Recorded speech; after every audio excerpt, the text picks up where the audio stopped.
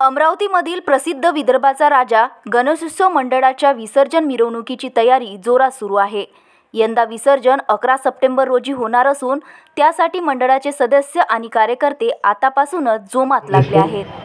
अमरावतीतील विदर्भाचा राजा गणपती मंडळ दरवर्षीप्रमाणे यंदाही भव्यतेने साजरा करण्यात आला।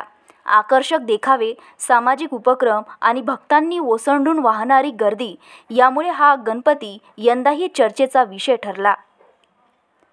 आजपासूनच संपूर्ण तयारी सुरू केली आहे, तर मिरवणूक 11 तारखेला होणार आहे। ढोल ताशे, पथक, बँड, सुरक्षेची व्यवस्था तसेच भक्तांना कोणतीही अडचण होऊ नये यासाठी स्वयंसेवक नेमले जात आहेत। विसर्जन मिरवणुकीदरम्यान विविध सांस्कृतिक कार्यक्रमांचाही समावेश असणार आहे। नागरिकांनी उत्सव शांततेत आणि आनंदाने साजरा करावा असं आवाहन मंडळाच्या वतीने करण्यात आलं।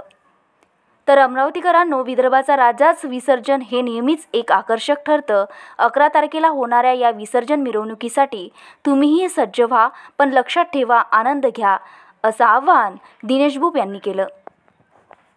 आपल्या कलागुणांचं प्रदर्शन करून आपल्या मनोरंजनाने सुद्धा आपण भरपूर लोकांना आकर्षित करतो आणि त्याचाच परिपाक म्हणजे लाखोची जी भाविकांची गर्दी होत असते, त्यामध्ये निश्चितपणे वाद्यपथकांचं मोठ्या प्रमाणावर योगदान आहे आणि वर्षानुवर्ष ही मी माझ्या गणेशोत्सव मंडळ म्हणजेच आपला विदर्भाचा राजा याचा हा 45वा वर्ष आहे आणि आपली जी भव्य दिव्य मिरवणूक आहे जे पुन्हा महाराष्ट्रात ओळखलं जाते याचं हे 16वं वर्ष आहे आणि यंदा ही मिरवणूक 11 तारखेला म्हणजे गुरुवारच्या दिवशी राहील आणि रेल्वे उड्डाण पुलाचा यंदा थोडंसं बंद असल्यामुळे या मिरवणुकीच्या मार्गाला आपण पोलीस प्रशासन यांच्या सहयोगानं आणि यांच्या सहकार्यानं यांच्यासोबत चर्चा करून आपण हा मार्ग यंदा थोडा बदलला आहे। आपली मिरवणूक खापडे बगीचा स्थित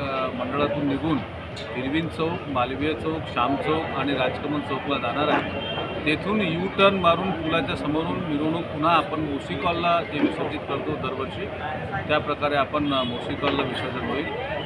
मंडळाचे संरक्षक दिनेश भाऊ यांच्या नेतृत्वात यंदा ह्या मिरवणुकीत एकंदरीत 12 पथक राहणार आहे। ढोल पथक आणि वाद्य पथक या व्यतिरिक्त दरवर्षीप्रमाणे आपण ती सर्व तयारी करू जी दरवर्षी करतो। रांगोळ्या आपण टाकू, त्याच्यानंतर राजकमल चौकात महाआरती।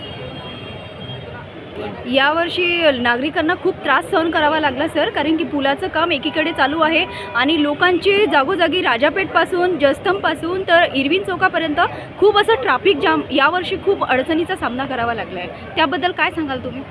हा तो विषय फक्त मिरवणूक आणि गणेशोत्सव पुरताच नव्हे तर अमरावती शहरासाठी फार महत्त्वाचा आहे। पण रेल्वे पुलाचं वय झालेलं असल्यामुळे सार्वजनिक बांधकाम विभाग आणि इतर प्रशासकीय विभागाने दिलेल्या रिपोर्टनंतर पोलीस प्रशासनाने हा पूल बंद केला आहे। माझी सर्व प्रशासनाला, सर्व विभागाला आणि इतकंच नव्हे तर पुढारी राजकारणी जे आहेत त्यांना माझी विनंती राहील लवकरात लवकर। अर्चना रक्ष, विदर्भ न्यूज, अमरावती।